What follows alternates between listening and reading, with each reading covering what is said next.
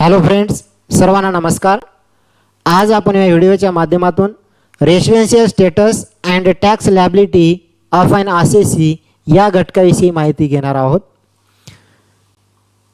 In accordance with the income tax act, the basis of charge of an income depends on the residential status of a person, not citizenship of an individual. Residential status is measured on the basis of number of days the person concerned stays in India. Whether the particular income of a person is taxable or not depends on his or her residential status.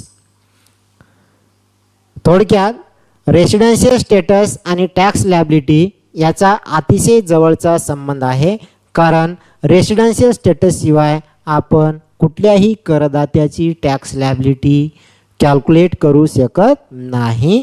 म्हणून एखाद्या व्यक्तीचं विशिष्ट income हे taxable आहे किंवा नाही हे त्याच्या रेसिडेन्शियल स्टेटसवर अवलंबून असतं. म्हणून रेसिडेन्शियल स्टेटस किंवा त्याचा निवास दर्जा निश्चित करणं आवश्यक आहे. म्हणून हा निवास दर्जा निश्चित करत असताना ती संबंधित व्यक्ती गत वर्षात भारतात किती दिवस निवासी होती किंवा राहिलेली आहे याच्या आधारावर काढला जातो किंवा याचा आधार घेतला जातो. म्हणून रेसिडेन्शियल स्टेटसला अनन्यसाधारण महत्त्व आहे. तर रेसिडेन्सचे मुळात दोन भागात वर्गीकरण केलेलं आहे किंवा त्याचे दोन प्रकार आहेत. ते म्हणजे नंबर 1चा जो आहे तो आहे रेसिडेंट आणि दुसरा आहे नॉन रेसिडेंट. आणि रेसिडेंटचे सुद्धा नंतर दोन भाग आहेत, त्याचे ऑर्डिनरी रेसिडेंट इन इंडिया आणि not ordinarily resident in India. आता आयकर कायद्याच्या कलम 6 नुसार रेसिडेंटचे दोन भागात वर्गीकरण करण्यात आलेलं आहे. त्यातला नंबर 1चा जो भाग आहे रेसिडेंट आणि दुसरा जो आहे नॉन रेसिडेंट. रेसिडेंटचे पुन्हा दोन भागात वर्गीकरण करण्यात आलेलं आहे, ordinarily resident in India and not ordinarily resident in India. Residential status of a person हे क्लिअरली अंडरस्टँड व्हावं किंवा क्लिअरली समजून यावं म्हणून त्या व्यक्तीचे दोन भागामध्ये वर्गीकरण करण्यात आलेलं आहे.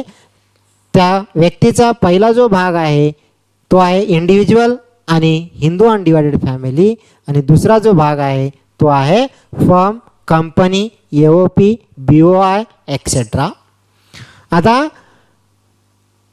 इंडिव्हिज्युअल आणि Hindu undivided family can be resident or non resident. Then a resident can be ordinarily resident in India or not ordinarily resident in India. जो दुसरा ग्रुप जो आहे firm, company, AOP, BOI etcetera can be resident in India or non-resident in India. आता या residential status of a person या ग्रुपमधला जो पहिला जो ग्रुप आहे इंडिव्हिज्युअल आणि हिंदू अनडिवायडेड फॅमिली, या हिंदू अनडिवायडेड फॅमिलीचं आणि इंडिव्हिज्युअल या करदात्याचं रेसिडेन्शियल स्टेटस कशा पद्धतीनं निश्चित केलं जातं हे आपण एकानंतर एक समजून घेऊ.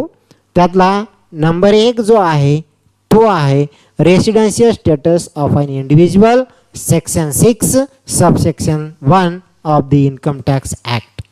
आयकर कायद्याच्या कलम 6 उपकलम 1 नुसार इंडिव्हिज्युअल करदात्याचं रेसिडेन्शियल स्टेटस निश्चित केलं जातं. आणि रेसिडेन्शियल स्टेटस निश्चित करण्यासाठी त्या ठिकाणी दोन सेट्स दिलेले आहेत कंडिशनच्या. त्यापैकी नंबर 1चा सेट जो आहे बेसिक कंडिशनचा आणि दुसरा जो सेट आहे तो आहे ॲडिशनल कंडिशनचा. आता पहिला जो सेट आहे त्याची माहिती आपण घेऊ. तो आहे basic conditions. Basic conditions are applied whether the individual is resident or not. म्हणजे या बेसिक कंडिशन कोण्या ठिकाणी अप्लाय केल्या जातात तर हा इंडिव्हिज्युअल करदाता हा रेसिडेंट आहे की नाही हे निश्चित करण्यासाठी ह्या बेसिक कंडिशन्स अप्लाय केल्या जातात. There are two basic conditions. Number 1 is presence of at least 182 days in India during the previous year. आता हा करदाता गत वर्षामध्ये कमीत कमी 182 दिवस निवासी असला पाहिजे. दुसरी कंडिशन बेसिक कंडिशन आहे presence of at least 60 days in India during the previous year and 360 days during the 4 years immediately preceding the relevant previous year. म्हणजे गत वर्षात कमीत कमी 60 दिवस आणि गत वर्षाच्या लगेचच मागील 4 वर्षामध्ये 365 दिवस तो भारतात निवासी असला पाहिजे. म्हणून हे 2 बेसिक कंडिशन आहेत.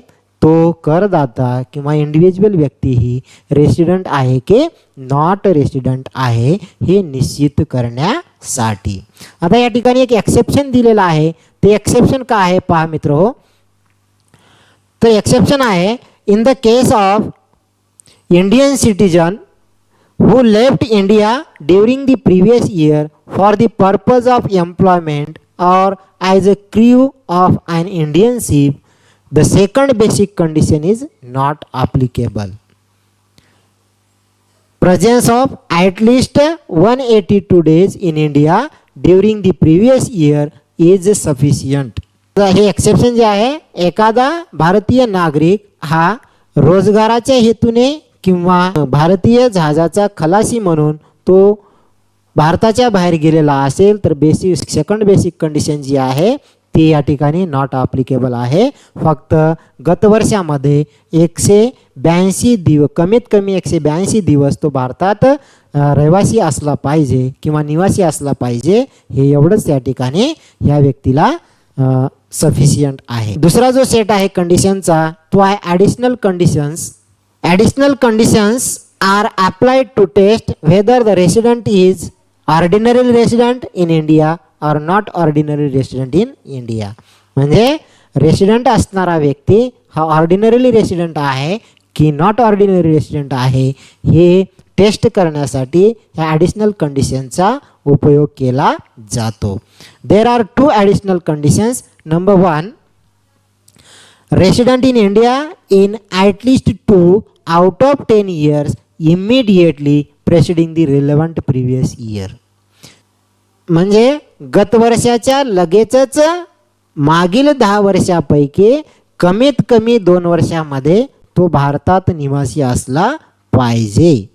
That means the individual must satisfy at least one of the basic condition in 2 out of 10 presiding previous years.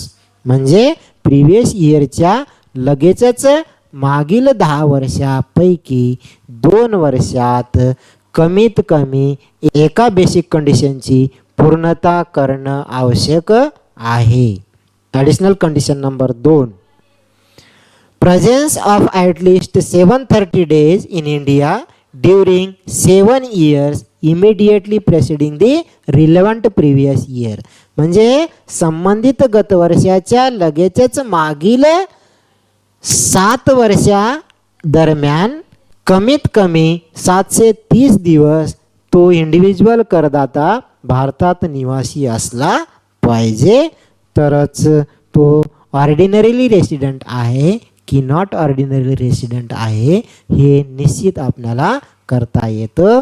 अन्यथा या कंडिशनशिवाय तो रेसिडेंट आहे की नॉट रेसिडेंट आहे हे निश्चित करता येत नाही.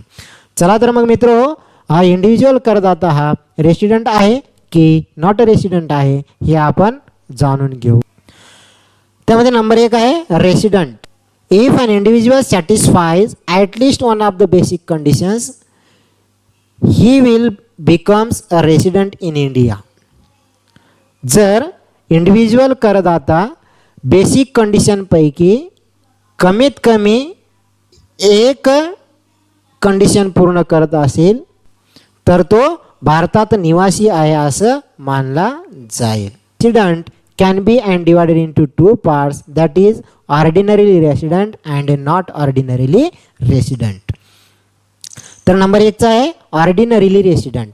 आता ऑर्डिनरी रेसिडेंट म्हणजे काय तर पहा, if a resident satisfies one of the basic conditions and both the additional conditions, he will be a resident and ordinary resident in India. जर समजा निवासी करदात्यानं बेसिक कंडिशन पैकी कुठलीही एक कंडिशन आणि दोन्हीही ॲडिशनल कंडिशन्स पूर्ण करत असेल तर तो ऑर्डिनरी रेसिडेंट इन इंडिया असं मानला जाईल. दुसरा आहे not ordinarily resident. If a resident satisfies only one of the basic conditions and does not satisfy any of the additional conditions, then he will becomes resident but not ordinarily resident in India. जर एखादा निवासी करदाता basic condition पैकी फक्त आणि फक्त एकच अट पूर्ण करीत असेल आणि ॲडिशनल कंडिशन पैकी कुठलीही कंडिशन सॅटिस्फाय करत नसेल किंवा पूर्ण करत नसेल तर तो करदाता resident but not ordinary resident in India म्हणून मानला जाईल. दुसरा आहे नॉन रेसिडेंट.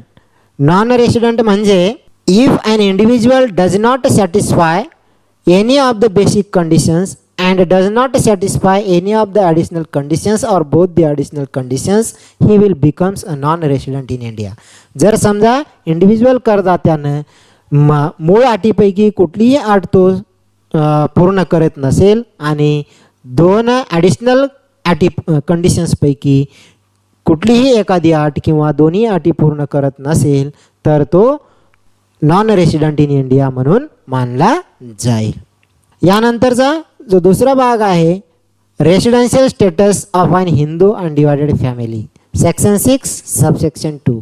आता residential status of an Hindu undivided family याचं जे रेसिडेन्शियल स्टेटस आहे ते इंडिव्हिज्युअल करदात्याचं जे रेसिडेन्शियल स्टेटस आहे त्याच पद्धतीनं निश्चित केलं जातं. Hindu undivided family can be a resident or non-resident. A resident can be an ordinary resident or non-ordinarily resident. An Hindu undivided family stays in India in previous year is found out to determine the residential status. There are two sets of conditions for the determination of residential status of an Hindu undivided family. Number 1 चा जो set आहे तो आहे general condition आणि 2 नंबरचा जो set आहे तो आहे ॲडिशनल कंडिशन्स. त्यापैकी नंबर 1 चा जो सेट आहे तो आहे जनरल कंडिशन. जनरल कंडिशन काय पहा, control and management of resident Hindu undivided family is wholly in India or partly in India and partly outside India. भारतात निवासी हिंदू अनडिवायडेड फॅमिलीचं नियंत्रण आणि व्यवस्थापन पूर्णतः किंवा अंशतः भारतात झाल्यास ही आहे जनरल कंडिशन किंवा बेसिक कंडिशन. आणि जो दुसरा सेट आहे तो ॲडिशनल कंडिशनचा. या ॲडिशनल कंडिशन 2 आहेत. त्यापैकी नंबर 1 ची जी ॲडिशनल कंडिशन आहे ती अशी आहे, resident in India in at least 2 out of 10 years immediately preceding the relevant previous year. दुसरी कंडिशन आहे presence of at least 730 days during 7 years immediately preceding the relevant previous year. म्हणजे गतवर्षाच्या लगेचच मागील 7 वर्षादरम्यान तो भारतात कमीत कमी 730 दिवस निवासी असला पाहिजे. हे आहेत 2 ॲडिशनल कंडिशन आणि एक जनरल कंडिशन किंवा बेसिक कंडिशन. तर पहा आता या हिंदू अनडिवायडेड फॅमिलीचा रेसिडेन्शियल स्टेटस कशा पद्धतीनं या कंडिशनच्या आधारावर निश्चित केला जातो. तर नंबर 1 चा प्रकार आहे रेसिडेंट. रेसिडेंट म्हणजे काय तर पहा, इफ द कर्ता or manager of a resident Hindu undivided family satisfy the general condition, then the family is treated as resident in India. म्हणजे एखाद्या निवासी हिंदू अनडिवाइडेड फॅमिलीचा कर्ता किंवा मॅनेजर जनरल कंडिशन सॅटिस्फाय करत असेल तर त्या फॅमिलीला रेसिडेंट इन इंडिया असं मानलं जातं. A resident Hindu undivided family can be divided into 2 parts. Number A ordinarily resident and B not ordinarily resident. त्यामधला नंबर एचा पॉईंट बघा, ऑर्डिनरीली रेसिडेंट. ऑर्डिनरी रेसिडेंट म्हणजे काय तर a resident Hindu undivided family is ordinarily resident in India if the karta or manager of the family satisfy the general condition and both the additional conditions. एखादी Hindu undivided family ही भारतात ordinarily resident आहे असं तेव्हा समजलं जातं जेव्हा त्या फॅमिलीचा कर्ता किंवा मॅनेजर हा जनरल कंडिशन सॅटिस्फाय करत असेल आणि दोन्ही ॲडिशनल कंडिशन सॅटिस्फाय करत असेल तर ती फॅमिली भारतात ऑर्डिनरीली रेसिडेंट आहे असं मानलं जातं. त्यानंतर बी पॉईंट आहे तो आहे not ordinarily resident. Not ordinary resident म्हणजे काय तर पहा, if the karta or manager of resident Hindu undivided family satisfy only general condition and does not satisfy both the additional conditions then the family is treated as resident but not ordinarily resident in India. म्हणजे एखाद्या निवासी Hindu undivided फॅमिलीचा कर्ता किंवा manager जर फक्त general condition satisfy करत असेल आणि दोन्हीही ॲडिशनल कंडिशन सॅटिस्फाय करत नसेल तर त्या फॅमिलीला भारतात resident but not resident ordinary resident असं मानलं जातं. त्यानंतर दुसरा जो प्रकार आहे तो आहे नॉन रेसिडेंट. नॉन रेसिडेंट म्हणजे काय पहा, if the karta or manager of resident Hindu undivided family does not satisfy general condition and both the additional conditions then the family is treated as non resident in India. एखाद्या Hindu undivided फॅमिलीचा कर्ता किंवा manager general condition satisfy करत नाही आणि दोन्हीही additional कंडिशनसुद्धा satisfy करत नाही तेव्हा त्या फॅमिलीला नॉन रेसिडेंट इन इंडिया असं मानलं जातं. यानंतरचा जो घटक आहे किंवा दुसरा जो ग्रुप आहे पर्सनचा तो आहे firm, company, EOP, BOI etcetera. आता याचं रेसिडेन्शियल स्टेटस कशा पद्धतीनं निश्चित केलं जातं तर ते पाहू. A firm, company, EOP or BOI can be either resident or non resident. आता ह्या कंपनीचं, फर्मचं किंवा असोसिएशन ऑफ पर्सन किंवा बॉडी ऑफ इंडिव्हिज्युअल हे रेसिडेंट किंवा नॉन रेसिडेंटसुद्धा असू शकतात. म्हणून त्यामध्ये नंबर 1चा जो आहे प्रकार resident. When the control and management of the affairs of the taxpayer is wholly in India or partly in India and partly outside India, then all these persons are treated as resident in India except a non-Indian company.